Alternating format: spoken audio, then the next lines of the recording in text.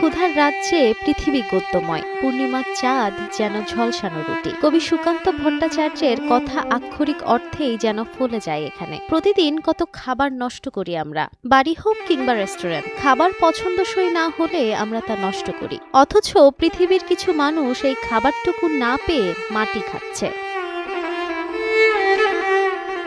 হ্যাঁ, হাইতির মানুষেরা মাটির বিস্কুটই খান। কিউবা দেশের পূর্ব দিকে অবস্থিত ২৭,৫৭০ বর্গ কিলোমিটারের এই দেশের জনসংখ্যা ১,১০,০০,০০০। দেশের মানুষের মাথাপিছু আয় $2-এরও কম। এই আয়ে দুবেলা দুমুঠো খাবারের কথা ভাবতেই পারেন না তারা, কিন্তু বেঁচে থাকবার জন্য ক্ষুধা নিবারণ করতেই হয়, তাই তারা খান মাটির বিস্কুট।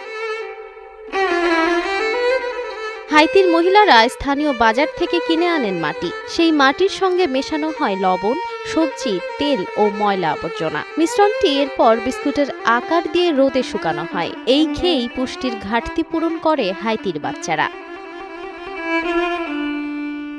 মাটির তৈরি এই বিস্কুট খাওয়া মোটেই স্বাস্থ্যকর নয়। হাইতিয়ান ডাক্তাররা জানিয়ে দিয়েছেন, দীর্ঘ সময় এই খাবার খেতে থাকলে অপুষ্টিতে মারা যেতে পারেন মানুষ। কিন্তু সতর্কবাণীতে কি আদৌ কিছু লাভ হবে? যেখানে শুধু খিদে মেটানোর জন্যই খাওয়া, সেখানে অপুষ্টির কথা ভাবাই হয়তো বিলাসিতা। Nafisa Noyal, Times today.